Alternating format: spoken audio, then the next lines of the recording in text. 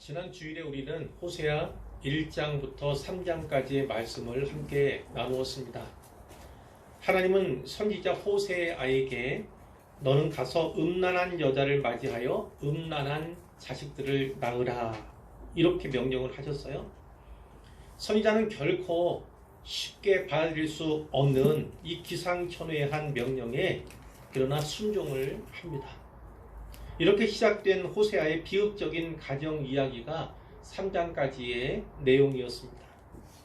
호세아 선지자는 음란한 여인 고멜과의 사이에서 세 아이를 얻는데요. 하나님은 이 세 아이의 이름도 지어주셨습니다. 첫째는 아들이었습니다. 그 아들의 이름은 이스르엘이었고, 둘째는 딸이었습니다. 딸의 이름은 로루하마, 그리고 셋째는 다시 아들이었는데 그 아들의 이름은 로암미, 이렇게 우리가 알게 되었죠. 이 이름들은 북왕국 이스라엘을 향한 하나님의 메시지를 담고 있어요. 그중 둘째 딸인 로루하마, 이 이름의 뜻은 긍휼히 여김을 받지 못하는 자죠. 사랑받지 못하는 자입니다. 그리고 셋째 아들인 로암미라는 이름의 뜻은 내 백성이 아니다, 내 자식이 아니다 라는 이름 뜻을 갖고 있는 것이죠. 이스라엘 향한 하나님의 마음, 하나님의 생각이 거기에 고스란히 담겨져 있습니다. 첫째 아이는 선지자의 친자식이지만 둘째와 셋째 아이는 선지자의 자식이 아니라 이 바람난 고멜의 정부들, 그 사이에서 난 아이들 가능성이 매우 큽니다. 그리고 고멜은 집을 나가요. 몸을 파는 음란한 여인의 삶, 창녀의 삶으로 돌아가게 됩니다. 우리는 이 선지자의 가정 이야기를 통해서 하나님과 이스라엘의 관계를 살펴볼 수가 있습니다. 이 선지자와 고멜의 관계가 곧 하나님과 이스라엘의 관계를 나타내는 모형 역할을 하기 때문이죠. 이미 무너진 관계입니다. 회복이 불가능한 관계예요. 그러나 천만 뜻밖에도 하나님께서는 선지자에게 이런 명령을 주십니다. 3장 1절이었습니다. 이스라엘 자손이 다른 신을 섬기고 건포도 과자를 즐길지라도 여호와가 그들을 사랑하나니 너는 또 가서 타인의 사랑을 받아 음녀가 된 그 여자를 사랑하라, 이렇게 말씀해요. 그 호세아의 아내, 그 아내를, 그 여자, 하나님도 이렇게 봤습니다. 그러니까 그 여자라고 할 만큼 호세아에게 네 아내 이렇게 이야기할 수 없을 만큼 부정한 여인, 음녀가 되고만 그 여인을 우리가 그릴 수가 있어요. 그런데 가서 타인의 사랑을 받아 음녀가 된 그 여자를 사랑하라, 하나님께서 이 명령을 주신 거예요. 그에 앞서 무슨 하나님의 의지, 하나님의 뜻이 어떻게 나타나시습니까? 이스라엘 자손이 다른 신을 섬기고 건포도 과자를 즐길지라도 여호와가 그들을 사랑한다, 이것을 보여주기 위해서 내가 너에게 명령한다, 너는 이 명령을 받아 순종해라, 이런 의미가 거기에 있는 거죠. 호세아가 이 말씀에도 역시 순종을 하는데요. 그래서 은 15개, 보리 한 호멜 반, 그러니까 이것저것 그 여인을 살 수 있는, 다른 말하면 아마 이 여인은 이미 이제 포지로부터도 버림받은, 이제 노예로 팔려가야 될 그런 신세 가운데 직면한 것 같아요. 그런데 이 호세아가 이 그 사정을 알고 이것저것 다 긁어모아가지고 아마 빌렸을 수도 있습니다. 그래서 그 여자, 자기 아내를 다시 사오려고 이렇게 준비하고 나아간 것이죠. 그리고 마침내 그를 이제 사옵니다. 집으로 데려오잖아요. 그리고 이런 말을 합니다. 너는 만날 동안 나와 함께 지내고 음행하지 말며 다른 남자를 따르지 마라. 이제부터는 나만 따르라, 나만, 나와 함께만 살자, 이렇게 부탁을 하는 것을 보게 되는 거예요.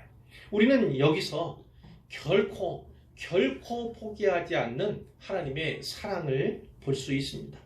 하나님은 용서하기에는, 다시 받아주기에는 너무나 멀리 나간, 너무나 많고 그 큰 죄악들을 범한 그 이스라엘을 향해서도 끝까지 포기하지 않는, 다시 시작하고자 하는, 과거의 그 첫사랑을 기억하자, 광야의 그 첫사랑을 기억하라고 하는 그 메시지를 통해서 우리의 심금을 울리시는 것이죠. 하나님께서 이스라엘을 다시 사랑한다는 것, 그것이 얼마나 어렵고 힘든 일이겠습니까? 우리는 착각을 합니다. 흔히 오해를 합니다. 하나님은 하나님이시니까 쉽게 용서하시고 쉽게 용납하시고 쉽게 사랑할 거라 이렇게 생각하는 경우가 왕왕 있는데, 오히려 거꾸로입니다. 하나님은 거룩하신 하나님이기 때문에 오히려 용서하시기가 어려워요. 그 기준에 못 미치는, 한참 못 미치는 배반하고 배역한 그들을 용납하시기가 더 어렵습니다. 결코 하나님이라서 용서하기가, 다시 사랑하기가 쉬운 것이 아니죠. 복음서가 그 장면을 아주 잘 실감나게 보여주지 않습니까? 예수님께서 마침내 십자가에 달려 죽으시는 그때 독생자 외의 아들을 십자가에서 버리실 바로 그때 어떤 일이 있었습니까? 마가복음 15장에 따르면 제6시가 되매 정오쯤부터 3시간 동안 온 땅에 어둠이 임했습니다. 캄캄해진 거예요. 캄캄해진 거. 그리고 제9시 오후 3시가 됐을 때 예수님께서 크게 소리를 지르십니다. 엘리 엘리 라마 사박다니, 무슨 뜻입니까? 나의 하나님 나의 하나님 어찌하여 나를 버리셨나이까. 이렇게 큰 소리를 지르시고 숨지실 그때 어떤 일이 일어났습니까? 성소의 휘장이 위로부터 아래로 쭉 찢어져서 둘로 나뉘었습니다. 그리고 마태복음의 기록에 의하면 그때 땅이 진동했어요. 요즘 튀르키예 시리아의 지진, 그 지진이 일어나서 큰 피해를 입었는데요. 이 기록도 땅이 진동을 했어요. 바위가 터져버릴 만큼, 무덤이 열릴 만큼 그러한 큰 지진이 있었습니다. 이와 같이요, 이 사방이 캄캄한 어둠 가운데 임하고 성전의 휘장이 둘로 쫙 찢어지고 온 땅에 지진이 임한 것, 이것은 단지 자연현상이나 어떠한 우연의 산물이 아닌 겁니다.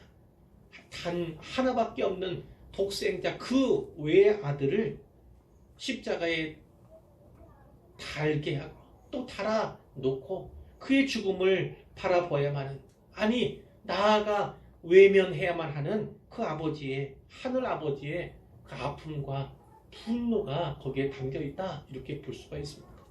우리를 사랑한다는 것이 하나님이라고 해서 쉬운 것이 아닙니다. 우리를 용서한다는 것이 하나님이라서 간단한 문제인 것이 아니에요.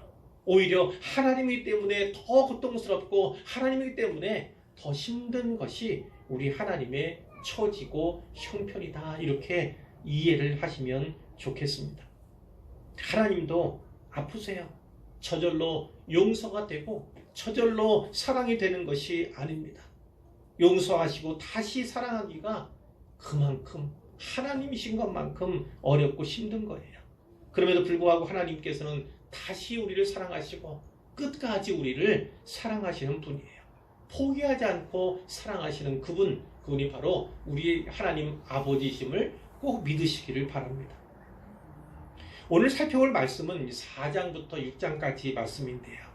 1장부터 3장까지가 이 호세아 선지자의 비극적인 가정사가 중요한 모티브가 되어 왔잖아요. 근데 4장부터는요, 이 분위기가 바뀝니다. 마치 법정 연상케 하는 그런 분위기로 바뀌게 되는 거예요. 법정에서 검사가 피고를 증인석에 세워놓고요, 신랄하게 비판하고 비난하고 고발하는, 그리고 그 죄를 입증하기 위해서 증거를 내미는 이런 모습을 우리가 연상할 수가 있습니다. 선지자는 그 검사석에 서서 이스라엘이 여호와께 범한 죄에 대해서 아주 신랄하게 비난을 하고 고발을 합니다. 이것도 일종의 양식이라고 할 수 있어요. 이 법정의 양식이다, 이렇게 이야기할 수 있는데, 이 양식을 통해서 만약 하나님 앞에 우리가 서게 될 때 우리가 만일 하나님의 법정에 서게 된다면 하나님께서는 우리에게 무엇을 문제 삼으실 것인가? 혹은 검사가 내게 어떤 질문을 할 것인가? 하나님의 법정이 과연 어떤 모습을, 어떤 모양을, 어떤 분위기를 띠고 있는가를 우리가 또 살펴보고 묵상해 볼 수 있게 됩니다. 자, 4장 1절 말씀을 보시길 바랍니다. 이스라엘 자손들아 여호와의 말씀을 들으라. 여호와께서 이 땅 주민과 논쟁하시나니, 이 땅 주민은 바로 이스라엘 사람들이에요. 자, 이스라엘 사람과 논쟁하시나니 이 땅에는 진실도 없고 인애도 없고 하나님을 아는 지식도 없고 이렇게 말씀하고 있어요. 무엇이 없습니까? 진실이. 너희 가운데 진실이 없다. 너희 가운데는 인애가 없다. 이 인애라고 표현된 단어는 헤세드입니다. 히브리어 헤세드. 흔히 헤세드 이렇게도 이야기하지만 사랑이란 뜻이 있고요. 또 자비란 뜻도 있습니다. 그리고 하나님을 향해서는 사랑만 아니라 충성 이런 의미도 갖고 있는 단어가 바로 헤세드, 여기 인애라고 번역된 이 단어입니다. 사람 사이의 관계에서는요, 특히 룻과 나옴이 기억하시죠? 이 자부인 룻이 시어머니인 그 나오미를 끝까지 따르며 조치며 봉양하지 않습니까? 그런 이 사랑을 나타낼 때도 역시 헤세드라는 단어를 써요. 인애라고 번역이 되었습니다. 그런가 하면 특히 부부관계 가운데에서도 이 헤세드가 필요하고 인애가 필요함을 성경이 말씀하고 있고, 하나님과의 관계에서도 역시나 이 인애가, 이 사랑이 필요하다. 성경이 이렇게 우리에게 교훈하고 있습니다. 세 번째 나오는 건 하나님을 아는 지식이 없다 하는 거예요. 이 호세아서에 특별히, 성경이 전체적으로 그렇습니다만 특별히 호세아서에서 이 안다, 아는 지식이 있지 않습니까? 안다라고 할 때는요, 무엇을 의미하냐면 남편과 아내가 서로를 깊이 안다 이 뜻이에요. 남편과 아내가 서로를 깊이 안다. 제가 이런 설명을 드리기도 하는데 압니다. 이 남편이 아내를 알고 아내가 남편을 압니다. 그런데 특별히 함께 첫날 밤을 보내고 함께 살아가고 이런 과정 가운데서 더 깊이 알아가는 지식이 생기는 거예요. 아는 지식이 생기는 거예요. 성경이 말씀하는 건 바로 그와 같은 것입니다. 그러니까 하나님을 안다 했을 때도 어떻게 해요? 객관적인 것, 그리고 주관적인 면에서의 알미, 성경이 말씀하는 알미다 이렇게 볼 수가 있습니다. 자, 객관적인 건 어떤 겁니까? 오늘날 우리로 말하자면 성경이 계시해 주시고 성경이 알려주시는, 성경을 통해 알 수 있는 하나님에 대한 객관적인 지식, 그것이 하나님을 아는 지식의 객관성입니다. 그러나 또 이런 차원이 있어요. 하나님을 알 때 어떻게 합니까? 주관적으로도 알게 되는 거예요. 여러 체험과 경험을 통해서 주관적으로 하나님을 알아가고 지식을 갖는 것, 이것이 바로 이 두 면에서의 하나님을 아는 그 차원이다. 이게 말씀을 드릴 수가 있는데, 오늘 이 4장 6절에 보면 하나님에 대한 객관적인 지식이 없음을 이 선지자가 한탄하고, 또 하나님께서 한탄하신다 볼 수 있어요. 내 백성이 지식이 없음으로 망하는도다. 내 백성이 지식이 없음으로 망하는도다. 여기서 지식은 하나님을 향한 객관적인 지식이에요. 객관적인 지식. 하나님을 알지 못한다는 거예요. 네가 지식을 버렸으니 나도 너를 버려 내 제사장이 되지 못하게 할 것이요. 네가 네 하나님의 율법을 잊었으니 나도 네 자녀들을 잊어버리리라. 이렇게 하나님이 말씀하시잖아요. 그런데 내가 지식을 버렸으니, 네가 네 하나님의 율법을 잊었으니, 이것이 대꾸의 형식으로 되어 있다고요. 그러니까 지식을 버렸다는 건 결국 하나님의 율법을 잊었다, 이것과 같은 거예요. 즉 하나님을 아는 객관적인 지식은 하나님의 율법이다. 오늘 말로 하면 성경이다. 이렇게 얘기할 수 있고, 그 성경 말씀을 통해서 하나님을 아는 지식을 우리가 갖춰 나가야 하는 거죠. 그렇기 때문에 오늘날 우리도 성경을 연구해야 됩니다. 연구. 또 성경을 묵상해야 합니다. 읽는 것, 암송하는 것, 또 쓰는 것 다 중요합니다. 그러나 그 마지막 단계에서는 연구하고 묵상하고 그 말씀을 통해서 삶을 살아가는 것, 그것이 더 중요하다. 그러니까 함께 중요하다. 이렇게 말씀을 드릴 수 있어요. 그런가 하면 본문 6장 3절, 오늘 본문 6장 3절엔 볼까요? 그러므로 우리가 여호와를 알자, 힘써 여호와를 알자. 여기서의 알문, 뒤의 내용을 살펴보건대 주관적인 지식을 더 강조한다. 이렇게 볼 수가 있습니다. 주관적인 지식. 하나님께 기도했을 때 내가 응답받았습니다. 특별히 고난 가운데서, 사망의 음침한 골짜기 가운데서 하나님께 소원을 두고 부르짖었을 때 하나님 나를 건지시고 나를 구원하시고 나를 도우시고 응답하신 그런 일들이 있지 않습니까? 바로 그런 겁니다. 하나님께서 다시 나타나 주실 것이다. 반드시 응답해 주실 것이다. 하나님의 살아계심을 보여주실 것이다. 이런 일들이 있게 된다는 것입니다. 그것 통해서 하나님 아는 지식이 더욱더 풍성해집니다. 그럼 만약 객관적인 지식과 주관적인 지식 가운데 어느 것이 더 중요하냐 이야기한다면 객관적인 지식이 더 중요한 것이죠. 객관적인 지식, 성경이 말씀하는 하나님에 대한 지식이 없이 주관적인 지식을 추구하다 보면 잘못하면 다른 길로 갈 수 있습니다. 다른 길로 이단에 빠질 수 있다는 거예요. 체험이 풍성하고 경험이 많은 것은 좋지만 이 객관적인 하나님에 대한 지식이 기반하지 않으면 이단화 될 수 있고 이단성에 휘말릴 수 있게 되는 것이죠. 더 중요한 것은 객관적인 하나님에 대한 지식이지만 그러나 그것만으로 족한 것은 아닙니다.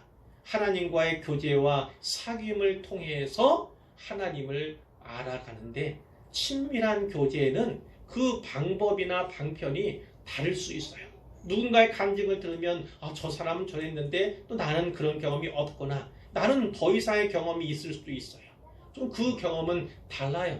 그러나 그것을 통해서도 하나님을 알아갈 수가 있고 친밀한 교제와 사귐으로 나아갈 수 있기 때문에 두 개 다 객관적인 지식과 주관적인 지식이 다 필요하다 이렇게 말씀을 드릴 수가 있는 겁니다.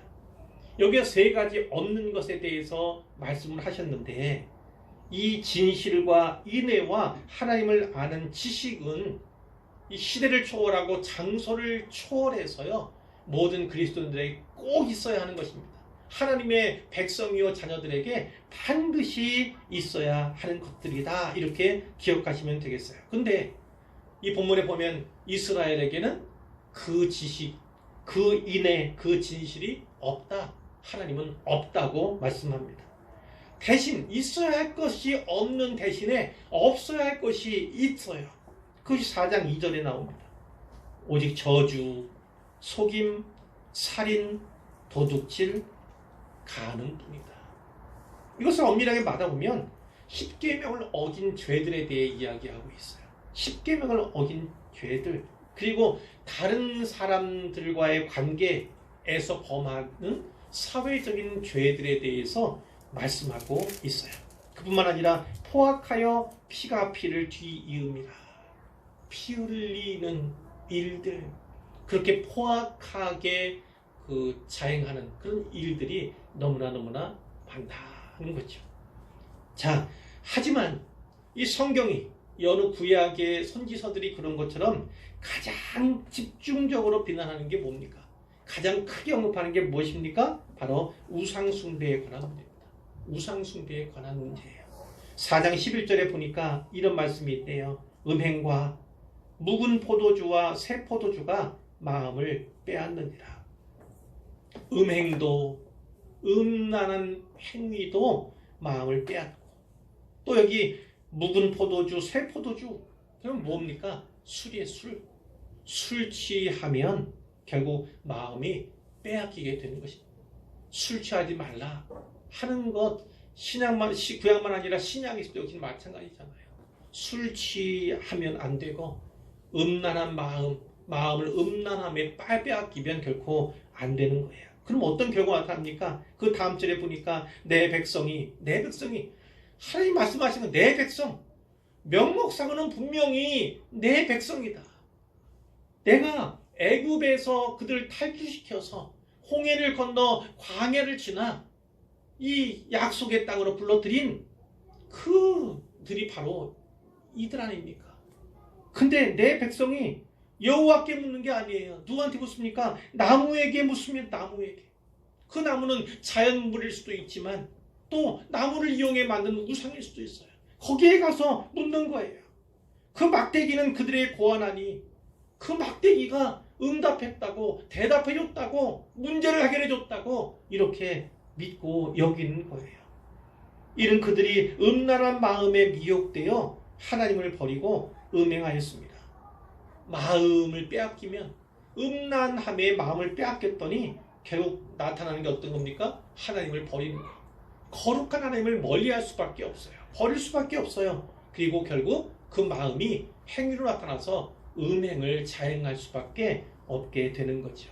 성적인 간음을 말하기도 하고 영적인 간음을 말하기도 합니다.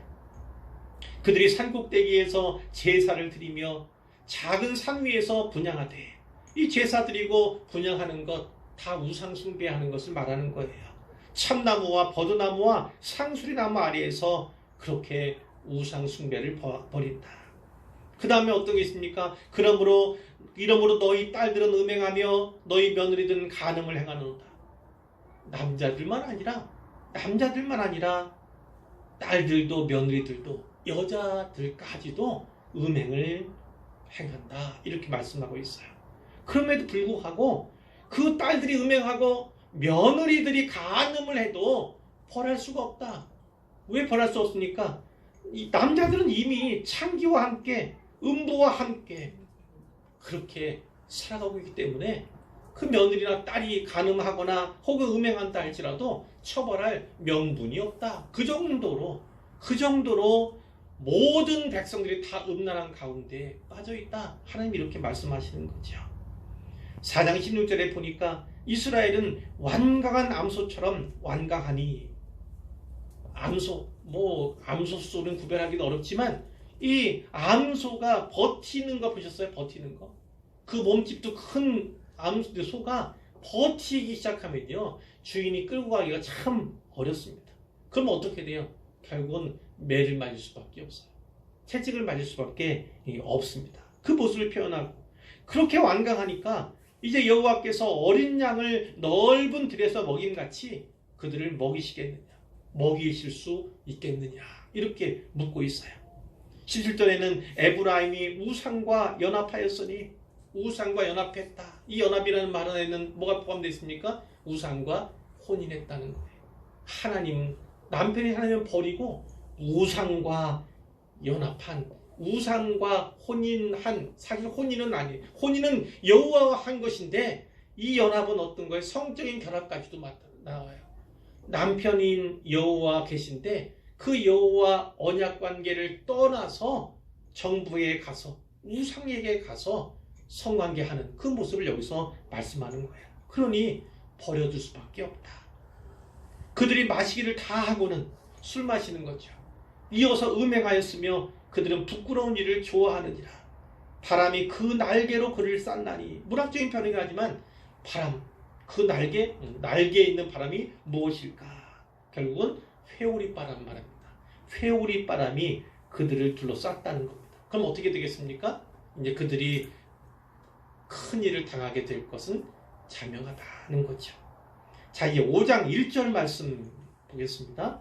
제사장들아 이를 들으라, 이스라엘 족속들아 깨달으라, 왕족들아 귀를 기울이라, 너희에게 심판이 있다. 이렇게 말씀합니다. 너희 심판이 있다. 패역자가 살육죄에 깊이 빠졌음에, 패역만 아니라 살육, 다른 사람을 죽이고 죽게 만드는, 내가 너 그들을 다 벌하노라. 또 3절에 보니까 에브라임아 이제 네가 음행하였고 이스라엘이 더러워졌느니라. 하나님의 평가가 이렇습니다. 그들의 행위가 그들로 자기 하나님에게 돌아가지 못하게 하나니 하나님께 돌아갈 수 없게 만든다는 것입니다. 죄악된 행위가 너무나 관영해서 하나님께 돌아갈 수가 없다. 이는 음란한 마음이 그 속에 있어 여호와를 알지 못하는 까닭이다. 음란한 마음이 하나님 여호와를 아는 지식을 밀어내는 거예요. 밀어내는 거. 그나 갖고 있던 그 지식마저도 다 잊어버리게, 다 잃어버리게 만드는 것이 바로 이 음란함입니다. 음란함. 이스라엘 교만이 그 얼굴에 드러난다니 교만한 얼굴빛을 상상해 보십시오. 하나님이 그 얼굴빛을 보고 계시는 거예요. 그 죄악으로 말미암아 이스라엘과 에브라임이 넘어지고 이스라엘과 에브라임은 북왕국을 말하는 거예요. 자, 유다는 남왕국을 말하는 겁니다. 북왕국만 아니라 유다도 그들과 함께 넘어지리라. 이렇게 예언하고 있습니다. 자, 이제 5장 6절입니다. 그들이 양떼와 소떼를 끌고 여호와를 찾으러 갈지라도 여호와를 찾고자 하지만 만나지 못할 것은 이미 그들에게서 떠나셨습니다. 만나지 못한다. 하나님 만나지 못한다. 왜요? 하나님이 이미 그들을 떠나셨다. 에스겔서에 보면 하나님이 성전에 계시다가 그분의 지상초석에 계시다가 어떻게 떠나시는 장면이 아주 의미심장하게 그리고 가슴 아프게 그려지고 있어요. 그 부분을 통해서 성전에서 머물고 싶은데 거룩하신 하나님이 살아서 머물 수가 없는 거예요. 그럼에도 불구하고 가다 서고 마치 가다 뒤돌아보는 그런 장면을 우리가 에스겔서를 통해서 살필 수가 있는데요. 자, 이렇습니다. 하나님께서 이미 그들을 떠날 수밖에 없는 그런 거지요. 하나님과 그들 사이에 장벽이 생겼어요. 분리될 수밖에 없는 그런 모습이지요. 자, 이들의 삶 어떠한가를 하나님께서 선지자를 통해서 그의 입을 통해서 분명하게 고발하고 계신다는 것입니다. 그러나 하나님 마음은 어떤가요? 5장 15절에 보니까요, 이런 말씀이 있어요. 그들이 그 죄를 뉘우치고 내 얼굴을 구하기까지 내가 내 곳으로 돌아가리라. 그들이 고난 받을 때에 나를 간절히 구하리라. 이런 말씀들이 심판에 대한 말씀들, 특히 1장 3장까지의 호세아 가정에 대한 말씀들 가운데도 나왔지 않습니까? 심판을 예고하시고 그렇게 책망하시는 가운데도 계속해서 또 우리가 흔히 얘기하는 좋은 표현들이 많이 있어요. 회복을 말씀하시는 것, 하나님의 마음을 드러내시는 표현들이 있어요. 어떻게 해야 된다, 이해해야 된다고 말씀드렸습니까? 하나님이 심판을 이야기하시면서 고통스러운 거예요. 내 백성에게 심판을 내리기가 그들이 당할 고통을 생각하면 너무나 마음 아픈 거예요. 그렇기 때문에 부분에 꼭 이런 그 말씀들을 끼워 넣으셔요. 하나님 마음은 진짜 그것이 아니다. 내 본심은 이거다. 이렇게 하는 말씀들이 거기에 끼어 있죠. 호세아서를 읽으면서 그 하나님의 마음을 깨달아야 합니다.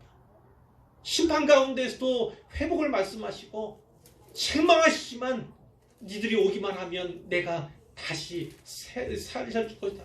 세워줄 거다. 이런 말씀들이 너무나 많은 거고, 그들이 고난 받을 때 나를 간절히 구하리라. 이것이 하나님께 고난을 주시지만 그 본심 가운데 원하시는 것이 분명히 여기에 나타나 있다고 볼 수 있어요. 진실로 그렇습니다. 참 회개하는 마음으로 하나님 여호와를 찾는다면 언제든지 하나님을 찾고 발견할 수 있게 되는 거예요. 신명기 4장 29절에 이런 말씀이 있죠. 그러나 네가 거기서는 어디일까요? 이제 그 당시 신명기가 예언적인 내용을 담고 있다고 본다면 거기서는 어떻습니까? 북왕국이 망하고 남왕국도 망하고 결국 바벨론에 포로 잡혀갑니다. 바로 그 포로된 그 땅이죠. 거기서 네 하나님을 여호와를 찾게 되리니 만일 마음을 다하고 뜻을 다하여 그를 찾으면 만나리라. 마음을 다하고 뜻을 다하여 여호와를 찾으면 만나리라. 하나님이 꼭 만나게 해주실 것이다. 이렇게 말씀하는 거예요. 이것이 하나님의 마음입니다. 하나님의 본심이에요. 이 하나님의 마음, 하나님의 본심을 잘 아는 선지자가 오늘 본문을 통해서 우리가 본문 잡은 짧은 그 말씀을 통해서 우리에게 눈물로 호소하고 눈물의 권면을 하는 것입니다. 3절까지 말씀 가운데 두 가지가 나타나죠. 두 가지 호소가. 첫 번째 호소는 여호와께로 돌아가자는 것. 여호와께 돌아가자. 6장 1절입니다. 오라 우리가 여호와께로 돌아가자. 이것을 눈물로 호소하고 있는 거예요. 이렇게 돌아갔을 때 하나님께서 어떤 은혜를 주신다고 하십니까? 세 가지가 나오고 그 회개를 통해서 반전이 있게 될 것에 대해서 약속하는 거예요. 첫 번째는 어떤 겁니까? 여호와께서 우리를 찢으셨으나 그 잘못한 아들 향해서 회초리를 할 수밖에 없는, 때로는 이방 족속을 통해서 막대기로 사용할 수밖에 없는, 이방 족속을 사용하여서 그 자식을 책망하고 야단하고 교훈 줄 수밖에 없는 그 하나님의 마음이 있죠. 그러나 도로 낫게 하실 것이다. 도로 낫게 하실 것이다. 두 번째는 어떤 겁니까? 우리를 치셨으나 싸매어 주실 것이다. 치셨으나 싸매어 주실 것이다. 세 번째, 여호와께서 이틀 후에 우리를 살리시며 셋째 날에 우리를 일으키시리니. 이틀 후에 또 셋째 날에 어떤 의미입니까? 지금 이 고난이 있고 또 이 고통이 있지만 얼마 지나지 않아서 살려주실 것이다. 일으켜주실 것이다. 이렇게 말씀하고 있어요. 그런데 특별히 여기서 셋째 날에 우리를 일으키시리니, 이 말씀을 우리가 주목할 필요가 있죠.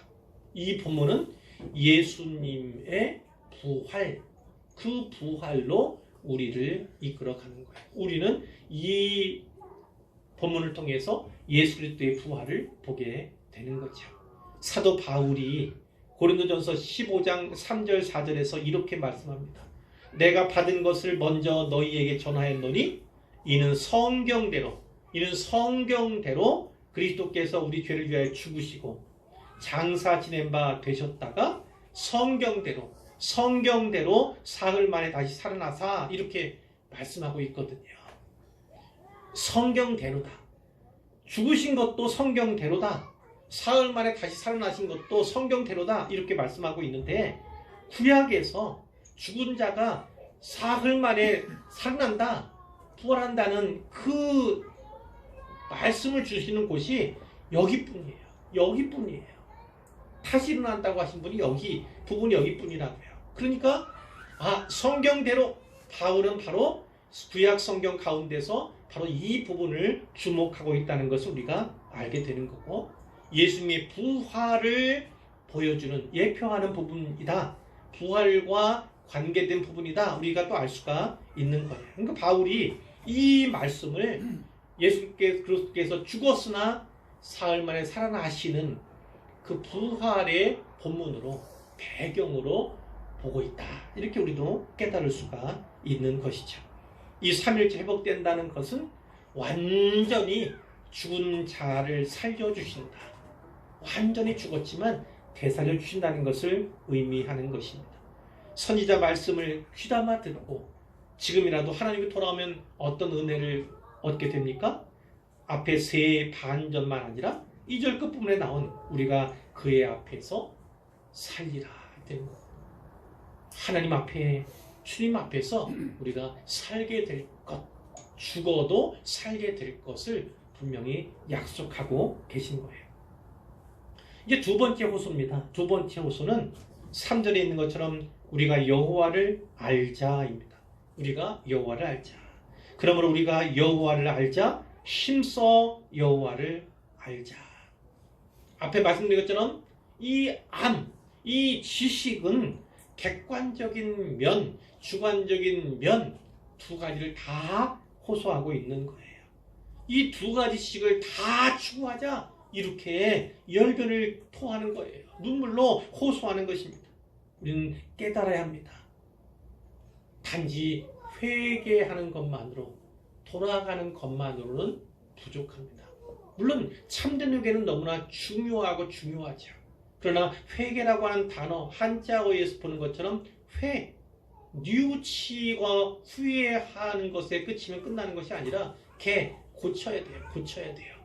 이 회개라는 말 자체가 그것을 포함하고 있지만 하나님께 돌아가는 것만 아니라 무엇을 해야 합니까? 하나님을 아는 지식에서 자라가야 합니다. 하나님을 객관적으로 그리고 주관적으로 더 많이 더 깊게 알아가야 한다. 이렇게 말씀하고 있는 거예요. 회개하고 돌아오는 건 중요한 일이죠. 아주 중요한 것이지만 그 회개를 유지하는 것, 그 마음을, 그 태도를 유지시키는 것에는요, 하나님의 지식이 쌓이지 않으면, 더해지지 않으면 거기서 멈춰 있어요. 멈춰 있으면 좋게요. 오히려 뒤로 퇴보하고 다시 옛생활로, 옛사람으로 돌아가게 되는 것입니다. 그렇기 때문에 새롭게 계속 더하여서 하나님을 아는 지식을 쌓아가는 것, 객관적으로든 주관적으로든 더 많은 지식, 더 친밀한 교제를 갖는 것이 너무나 중요하다는 것이죠. 이 히브리 사람들, 이스라엘 사람들의 사고방식 자체가 그렇습니다. 이 사고방식 자체가 그래요. 지식은 순종과 뗄 수가 없어요. 지식이 있다는 것은 곧 순종하는 것, 삶이 변화되는 것, 삶의 방식이 변화되는 것과 밀접한 관계가 있는 거예요. 한 동전의 양면과 같이 그렇게 지식과 삶의 순종, 방식의 변화, 이것을 보고 있다. 같이 보고 있다. 이렇게 볼 수가 있고, 세례 요한도 회개에 합당한 열매를 맺으라 이렇게 외쳤지 않습니까? 회개에 합당한 열매. 회개했다면 진짜 합당한 열매를 보여줘라. 변했다는 그 증표를 보여줘야 된다. 이렇게 말씀하고 있고, 예수님께서도 열매를 보면 그 나무를 알 수 있다. 이렇게 우리의 삶의 방식과 삶의 태도를 보면 그러면 구원받았는지 그렇지 않은지 그것을 알 수 있다. 이렇게도 우리가 이해할 수가 있는 거예요. 여호와를 알자, 힘써 여호와를 알자. 이 권면에 응답하면 그 말씀을 나에게 주시는 말씀으로 받아서 순종하고 이행하면 어떤 결과가 있습니까? 그의 나타나심 나오잖아요. 전에는 떠나셨지만 멀리 하셨지만 다시 나타나실 것이다. 가까이 해주실 것이다. 근데 여기는 뭐라고 되어 있습니까? 새벽빛같이 어김없나니. 어두운 밤이 지나면 어김없이 틀림없이 반드시 여명이 밝아오는 것처럼, 새벽이 밝아오는 것처럼 그건 반드시 있을 일이잖아요. 반드시 그렇게 해주실 거다. 어김없이 그렇게 해주실 것이다. 이렇게 말씀하고, 비와 같이 땅을 적시는 늦은 비와 같이 우리에게 임하시리라. 이 가나안 땅은 어떤 특징이 있습니까? 가을, 늦가을에 이른 비가 와요. 늦가을에 이른 비, 그리고 봄에는 늦은 비가 오는데 항상 그렇습니다. 항상 이른 비가, 항상 늦은 비가 때마다 시마다 정해진 가운데 오게 되는 거예요. 그와 같이 틀림없이 하나님께서 나타나실 것이고 보여주실 것이고 그분의 임재를 우리가 경험하게 누리게 될 것이다. 이렇게 말씀하고 있는 거예요. 하나님 용서하시고 다시 우리의 아버지가 되어주실 것이다. 우리의 하나님이 되어주실 것이다. 이렇게 노래를 하고 있다 볼 수 있어요. 이제 4절 이하의 말씀, 4절부터 6절까지의 말씀은 하나님께서 원하시는 것, 제가 제목으로 삼은 것, 하나님께서 원하시는 것에 대한 말씀이에요. 에브라임아, 내가 네게 어떻게 하라?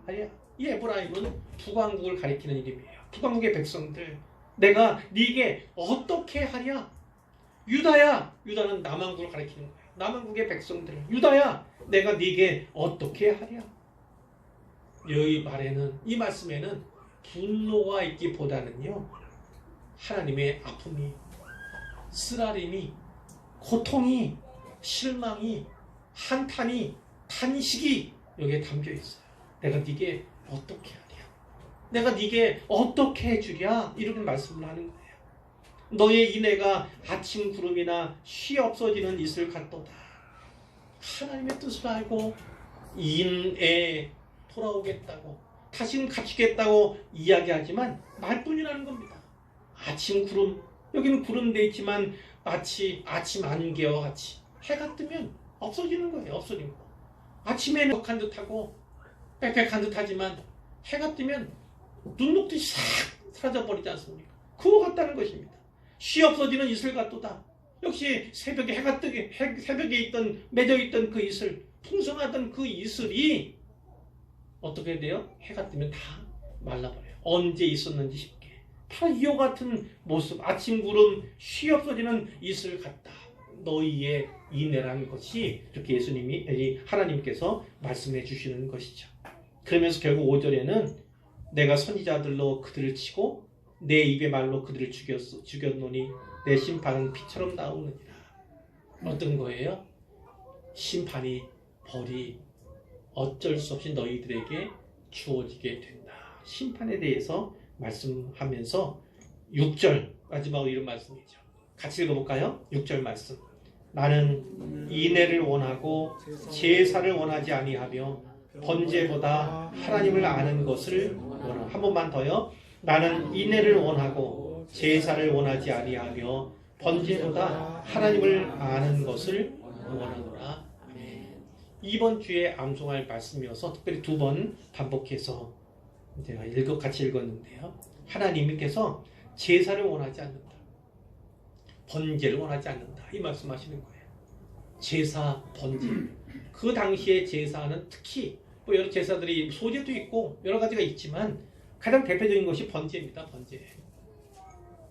각을 뜨고 그 짐승을 태워서 혹은 기름을 태워서 드리는 그 향기가 하늘로 올라가는 것, 그것을 하나님 받으신 향기로운 제물, 그 형식으로 제사가 드려지는데 이 제사, 이 번제, 그 제사 행위도 그 번제물도 다 싫다는 거예요. 싫다는 거. 하나님께서 이스라엘을 구원하실 때, 출애굽시키실 때 왜 그렇습니까? 그들이 예배를 받기 원하셔서, 예배를 받기 원하셔서 그들을 구원하신 거예요. 출애굽시키신 거예요. 구출하신 거예요. 탈출케 하신 거예요. 그런 하나님이신데 제사, 번제 원하지 않는다. 왜 그렇습니까? 그 자체를 원하지 않는 것이라기보다는 마음에도 없는 것, 단지 형식적인 것, 이런 예배, 이런 제사 나에게는 합당치 않다는 겁니다. 오늘날도 마찬가지예요. 아무리 주일 예배를 비롯해서 모든 예배 자리에 있다 하더라도 마음을 다하고 정성을 다하지 아니한다면, 하나님께 영광 돌리고자 하는, 그분에게 합당한 영광을 돌리고자 하는 그런 마음에서 비롯된 예배가 아니라면, 단지 자리에 앉아있을 뿐인 그런 것이라면 하나님은 받지 않는다. 나는 그것 원하지 않는다. 이렇게 말씀하는 것입니다. 하나님 원하시는 건 뭐라고 했어요? 2가지가 나옵니다. 하나는 인애를 원한다. 인애를 원한다. 인애가 뭐라고 했습니까?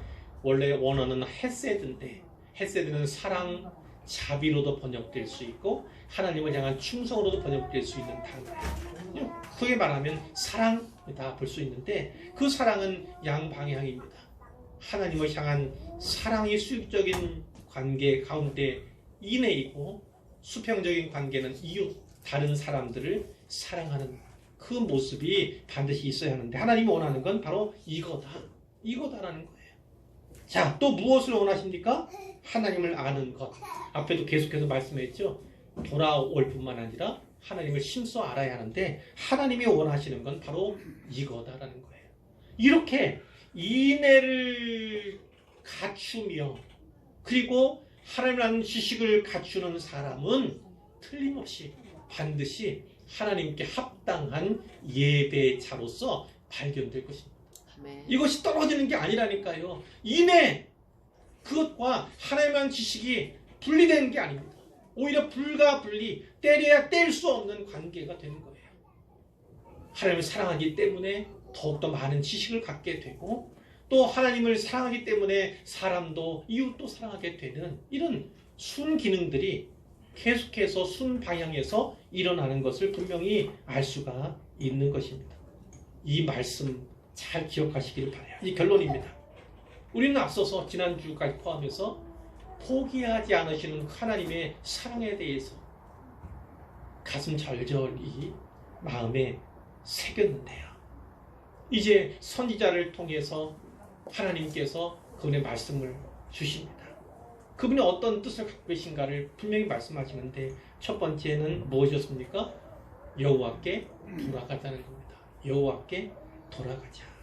우리는 여호와께 돌아간 사람들이에요. 예수 믿은 사람들이에요. 그러면 끝인가? 아닙니다. 그렇지 않습니다. 구원도 이미 얻은 구원이 있는가 하면 자라가야 할 구원이 있어요. 예수님을 닮는 그 모습은 계속돼야 합니다. 죽을 때까지, 이 땅에서의 생명이 다할 때까지 계속 이루어야 할 구원이 있다고 성경이 말씀하는 거예요. 어떤 원로 목사님이 계십니다. 제가 성함을 잊어버렸어요. 생각을 해보려고 했는데 잊어버려서 꼭 집어 말씀을 드리지 못하는데, 그분이 목사님들 집회, 장로님들 집회 이런 데 가시면서 인사말 이렇게 했다고 합니다. 꼭 구원받으시기 바랍니다. 꼭 구원받으시길 바랍니다. 그럼 듣는 목사님들이 어떻겠어요? 아니 뭐야, 이렇게 안 하겠어요? 듣는 장로님들 아니 뭐야, 이렇게 하지 않겠습니까? 그런데 그분이 그럼에도 불구하고, 그런 소리가 들림에도 불구하고, 볼멘 소리가 들리는 걸 알면서도 가서 그렇게 인사합니다. 또 말끝 맺을 때도 그렇게 해요. 꼭 구원받으십시오. 꼭 구원받으시길 바랍니다. 어떤 의미입니까? 복음이라는 것 교회 밖에만 필요한 것이 아니라 교회 안에도 필요한 겁니다.